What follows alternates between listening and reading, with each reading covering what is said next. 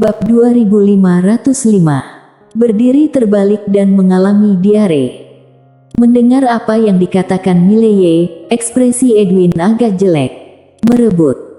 Untungnya, dirinya tidak mengatakan bahwa Sekte Dewa Pedang memiliki jalur Dewa Bintang. Jika tidak, Tuan Muda Ye ini mungkin langsung pergi ke Sekte Dewa Pedang. Sombong. Dia tidak mengira Mileye sombong. Mileye telah membunuh dua alam suci Sekte Dewa Pedang berturut-turut. Apalagi mereka masih terbunuh dalam hitungan detik. Tidak hanya itu, dari awal hingga akhir, Mileye tidak menunjukkan rasa takut sedikit pun terhadap Sekte Dewa Pedang. Apa itu maksudnya? Maksudnya Mileye sama sekali tidak takut dengan Sekte Dewa Pedang. Ada seseorang di belakang ini. Jika tidak ada, bagaimana mungkin berani begitu sombong? Pada saat ini, Mileye tiba-tiba berkata, "Tetua Edwin, apakah benar Sekte Dewa Pedang tidak memiliki jalur Dewa Bintang?" "Jangan khawatir, aku Mileye bukanlah bandit seperti itu, aku hanya bertanya." Tetua Edwin menggelengkan kepalanya berulang kali, "Tidak ada. Sungguh tidak ada. Benda ilahi bintang seperti itu, bagaimana mungkin Sekte Dewa Pedang bisa memilikinya?" Mileye berkata dengan serius, "Aku benar-benar tidak akan merampoknya." Tetua Edwin juga dengan serius berkata, "Tuan Muda Ye, kami benar-benar tidak punya." Mileye terdiam. Mengapa orang ini seperti ini? Seolah-olah dia bandit. Seakan memikirkan sesuatu, Mileye bertanya lagi, "Tetua Edwin, apa tingkatan alam ketua sekte kalian? Tubuh fisik abadi atau jiwa spiritual abadi?" Tetua Edwin melirik Mileye, kemudian berkata, "Tubuh fisik abadi." Mileye sedikit mengernyit, "Hanya tubuh fisik abadi?" "Hanya." Tetua Edwin membeku. Mileye ragu-ragu sejenak, kemudian berkata, "Ketua sekte kamu hanya ada tubuh fisik abadi, tapi Sekte Dewa Pedang sudah berani menjadi begitu sombong. Apakah kalian tidak takut akan menarik bencana?" Tetua Edwin ragu-ragu sejenak, kemudian berkata, "Tuan Muda Ye, apakah tubuh fisik abadi sangat lemah?" Mileye bertanya balik, "Apakah itu tidak lemah?" Tetua Edwin melirik Mileye, "Apa tingkatan alam, Tuan Muda Ye?" Mileye menggelengkan kepalanya dan tersenyum, "Aku tidak lagi berada di tingkatan alam." Mendengar ini, Tetua Edwin mengerutkan kening, "Tidak di tingkatan alam." Mileye berpikir sejenak, lalu berkata, "Aku orang luar dan kalian orang dalam, mengerti?" Tetua Edwin. Mileye tiba-tiba berkata, "Tetua Edwin, bagaimana kalau kamu membawa aku ke Sekte Dewa Pedang?" Tetua Edwin melirik Mileye dengan sedikit kewaspadaan, "Tuan Muda Ye, apa yang ingin kamu lakukan?" Mileye tersenyum dan berkata, "Aku akan pergi dan berbicara dengan ketua sekte secara pribadi." Tetua Edwin ragu-ragu sejenak, lalu berkata, "Apa yang ingin kamu bicarakan?" Mileye berjalan di depan Tetua Edwin dan berkata sambil tersenyum, "Tetua Edwin, kamu tidak dapat mewakili Sekte Dewa Pedang. Aku akan pergi ke Sekte Dewa Pedang untuk berbicara dengan ketua sekte kalian. Jika pembicaraan itu baik, semua orang akan hidup damai. Jika pembicaraan itu tidak baik, aku akan menghancurkan Sekte Dewa Pedang." Tetua Edwin. Mileye tertawa dan berkata, "Ayo pergi."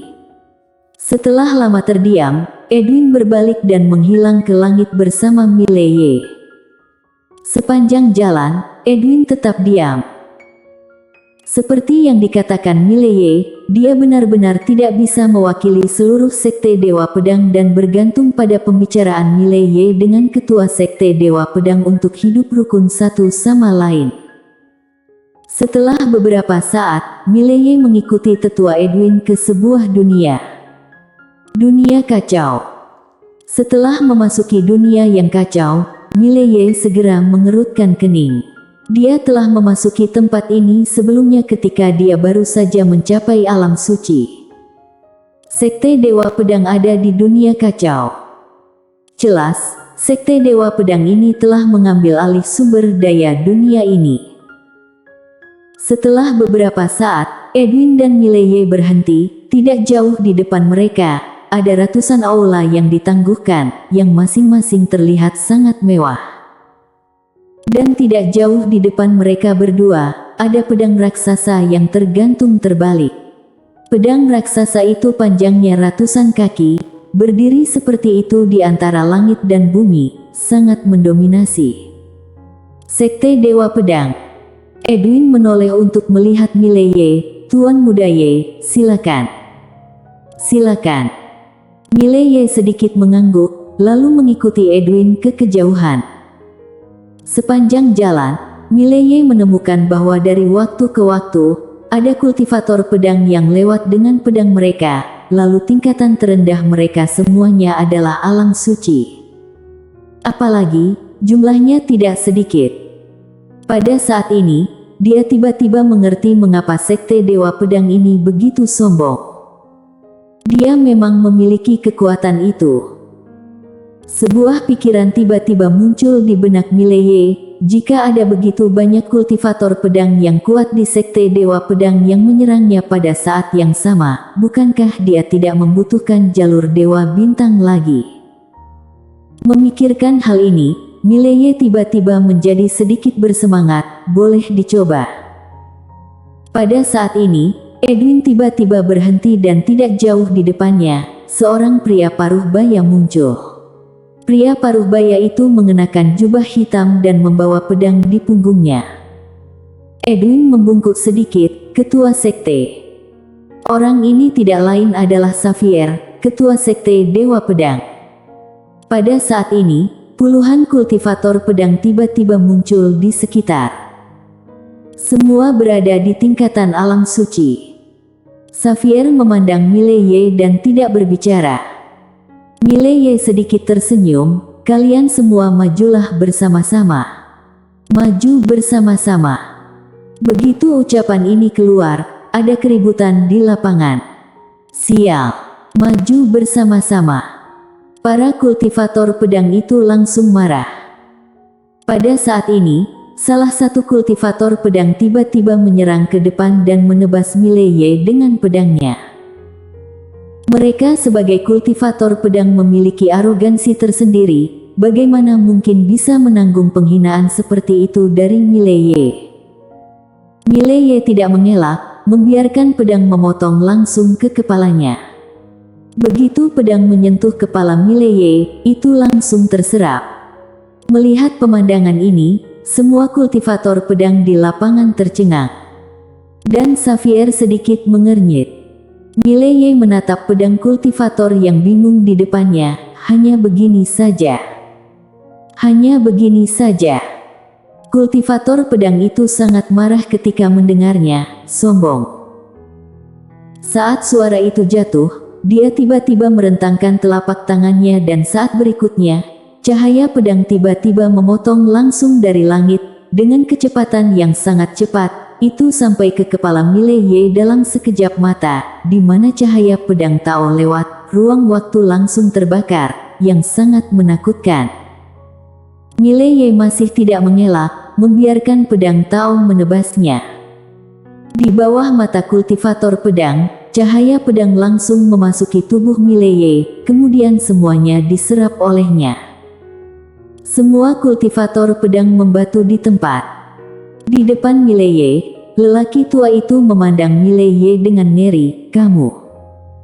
Mileye melirik lelaki tua itu, hanya begitu saja. Pria tua. Mileye tiba-tiba melirik pedang kultivator di lapangan, dengan ekspresi tenang, aku tidak bermaksud menargetkanmu, tapi sekte pedang dewa ini hanya begitu itu saja. Di arena, ekspresi para kultivator pedang tiba-tiba menjadi jelek. Mileye tiba-tiba berkata, kalian jangan menonton saja. Ayo maju bersama. Maju bersama-sama.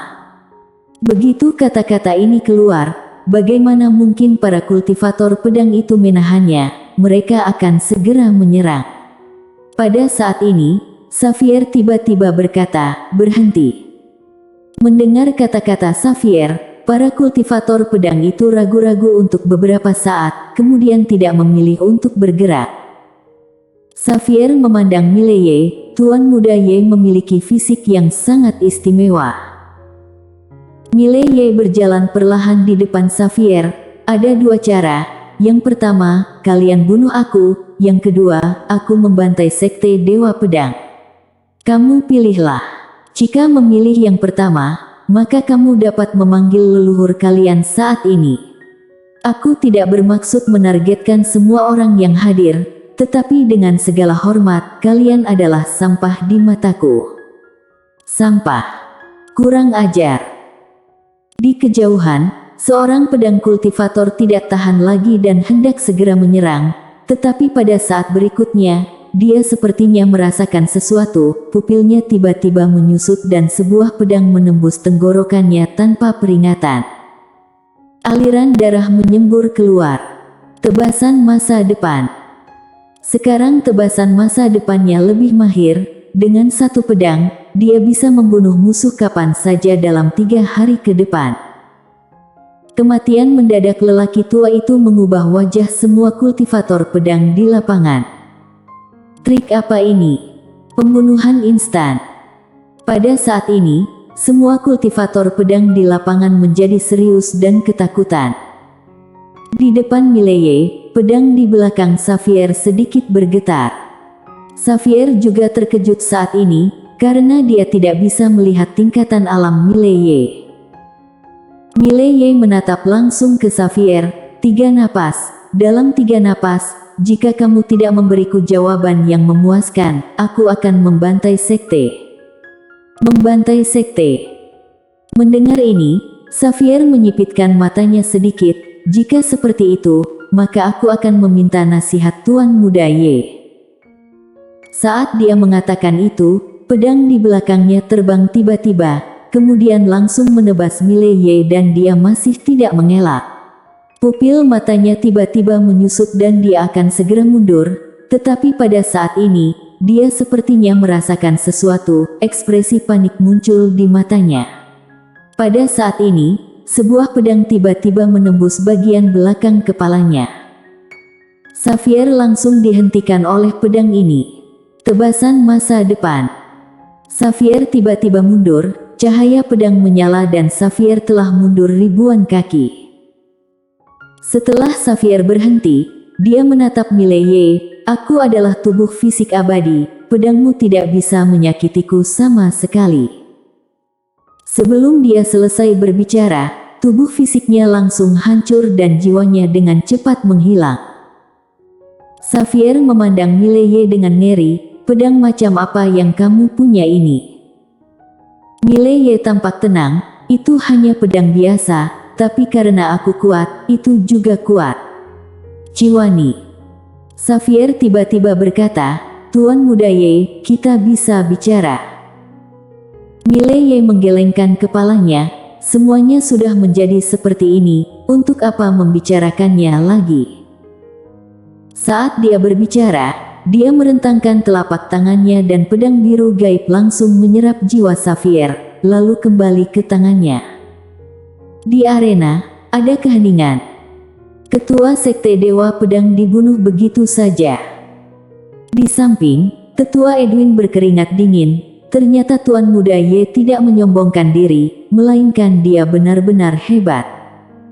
Untungnya, dirinya bersikap rendah hati sebelumnya.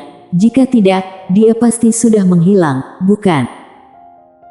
Mileye melirik kultivator pedang di lapangan, kemudian berkata, saat ini, kalian punya 2 pilihan. Pertama, cabut pedangmu dan balaskan dendam ketua sekte atau tunduk padaku.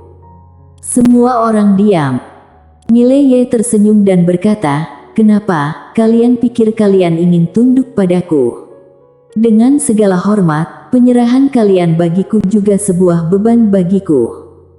Pada saat ini, Tetua Edwin di samping tiba-tiba memberi hormat, aku bersedia tunduk kepada Tuan Muda Ye.